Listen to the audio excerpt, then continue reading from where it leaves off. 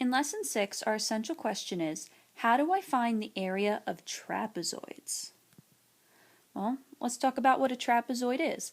A trapezoid is a quadrilateral, so four-sided figure, that has only one pair of parallel sides. If you remember, a parallelogram had two pairs of parallel sides. Well, a trapezoid only has one pair, and that pair are always the bases of the trapezoid.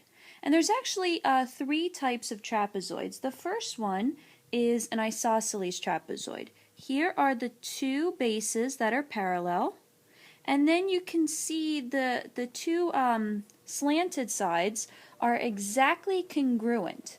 That means they're exactly the same. Just like an isosceles triangle always has those two sides that are the same. Well, here are those two sides in an isosceles trapezoid.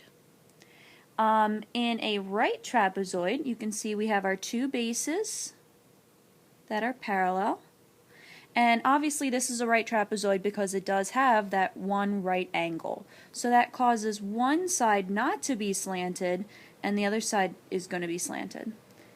And then finally, an irregular trapezoid, if you can't tell just by looking at it, you can see that it does have the two parallel bases, but then you have these other two sides, which, you can tell there's really no rhyme or reason to them. They're not, congruent, there's no right angles, they're just kind of all over the place. So that's what makes it an irregular trapezoid.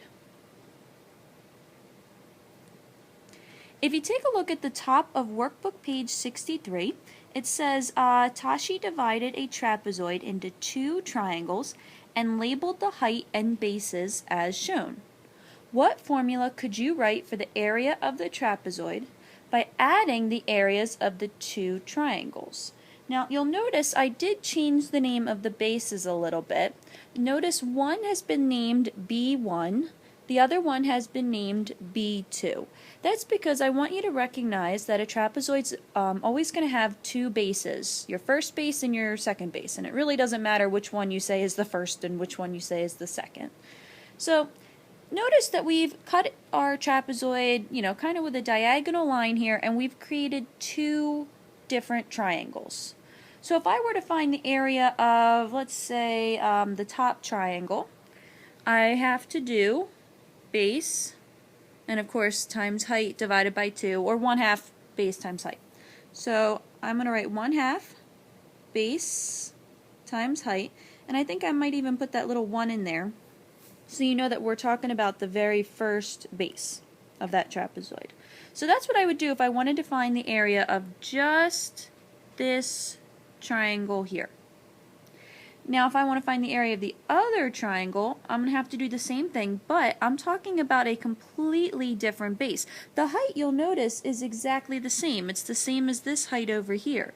The height of both triangles, as well as, of course, the trapezoid, is always the same. So I would have to do 1/2 base, which of course is the second one, times height. So this would give me the area of the top triangle right here. This would give me the area of the bottom triangle right here, and if I were to add them up, I would have the formula for finding the area of the whole trapezoid. One triangle plus the other triangle, there's my trapezoid. This strategy is going to work for any trapezoid you come across. Obviously the one that we did here is an irregular trapezoid, but this will work with a right trapezoid and it will work with an isosceles trapezoid. It doesn't matter what trapezoid you have, you can still always, cut a diagonal line through it and form two different triangles. Now, I'm not going to have us do, the rest of page 63 and the very top of page 64. They're showing you a variety of ways to find the area of a trapezoid. And some of them are a little more confusing than others, and some work for certain trapezoids and not for others. I think what we did in number 1, breaking our trapezoid up into two triangles, is probably, I think, the most direct way to go to finding the area of any trapezoid. Now let's take a look at the formula that we just wrote. This is the one that we wrote on the other page. You can see that we have 1/2, base 1 times the height, plus 1/2 base 2 times the height, which is obviously just finding the area of each triangle and then adding them up. we can actually shorten this formula if you wanted to. If you notice, we're actually using that 1/2 twice. Did you notice we're multiplying by 1/2 two different times? We're also multiplying with the height two different times. Instead of doing that multiplication two different times, we can actually write it so that we only have to do it once. But in order to make that happen, we're going to have to take these bases, this one here and this one here, and combine them. And that's where we get this formula over here. You can see that in parentheses, we have base 1 plus base 2, so we're combining the bases, and then we multiply with the fraction 1/2 and of course the height. Or, if you prefer, you can do it this way. You're still going to combine the bases, you're still multiplying by the height, and then instead of multiplying by 1/2, you're just dividing by 2 at the end. Notice that there are parentheses there. That's because it's telling you you need to add the bases first. Parentheses tell us to do something first, and in this case, we're adding. If you take a look at your formula sheet, you can see the formula for finding the area of a trapezoid at the top right. If you want, feel free to write it the other way, where you have height, and then you have your base 1 plus base 2, and then instead of multiplying by 1/2, you divide by 2 at the end. So feel free to write that in if you choose to. Alright, looking at workbook page 64, we are going to solve a couple different area problems with trapezoids, and we can do it a couple different ways. Again, we could choose to use this formula, the 1/2 height base 1 plus base 2, or we may choose to do the same thing, height and then base 1 plus base 2, but then divide by 2 at the end.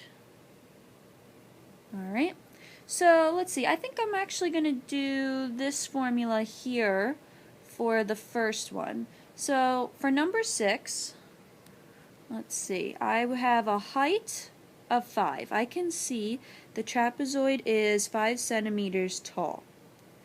Then I have two bases. My first base is 6, my second one is 8.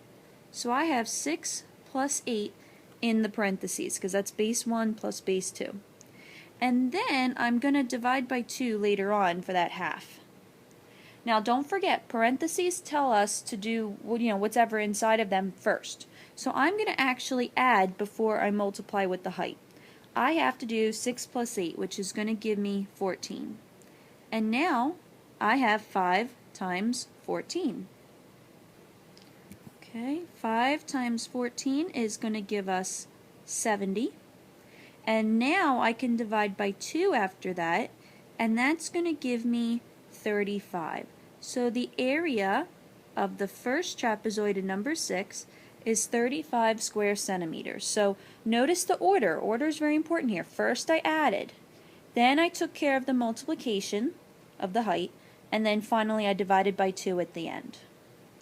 Let's move on to number 7.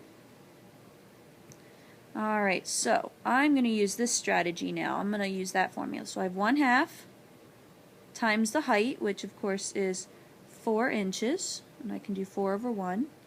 Let's see, times, and then I have in parentheses base 1, which is 7, plus base 2, which is 13. And by the way, I keep saying the top one is the first base, but it really doesn't matter. You could say 13 is base 1 and 7 is base 2. It does not make a difference, which one is which, because you're going to be adding them anyway. So there is my setup. Now I'm ready to start solving my formula. I'm going to start with addition. Again, I always take care of that, stuff in the parentheses first. So 7 plus 13 is going to give me 20. So now I have 1/2 times 4 over 1 times 20. And 1/2 times 4, I can take care of that first. 1/2 times 4 is 2, right? Because we're talking about half of 4. Half of 4 is 2. And then finally, 2 times 20 is going to give me 40. So my area is 40 inches squared. So obviously finding the area of trapezoids is a little more work, but nothing you can't handle.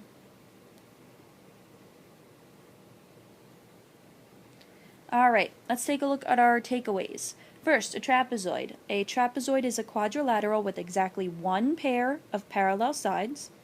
To find the area of a trapezoid, you can do either of these formulas, but keep in mind the steps that are involved here. If you choose to use this formula, here's what you have to do. First, add the bases. That's always step one. And then just multiply straight across. Just do your 1/2 times whatever your height is times whatever, the sum of those bases ended up being. Now, if you choose to do this option, here are your steps. Again, adding the bases still comes first. Then you can multiply with the height and then finally divide by 2 at the end.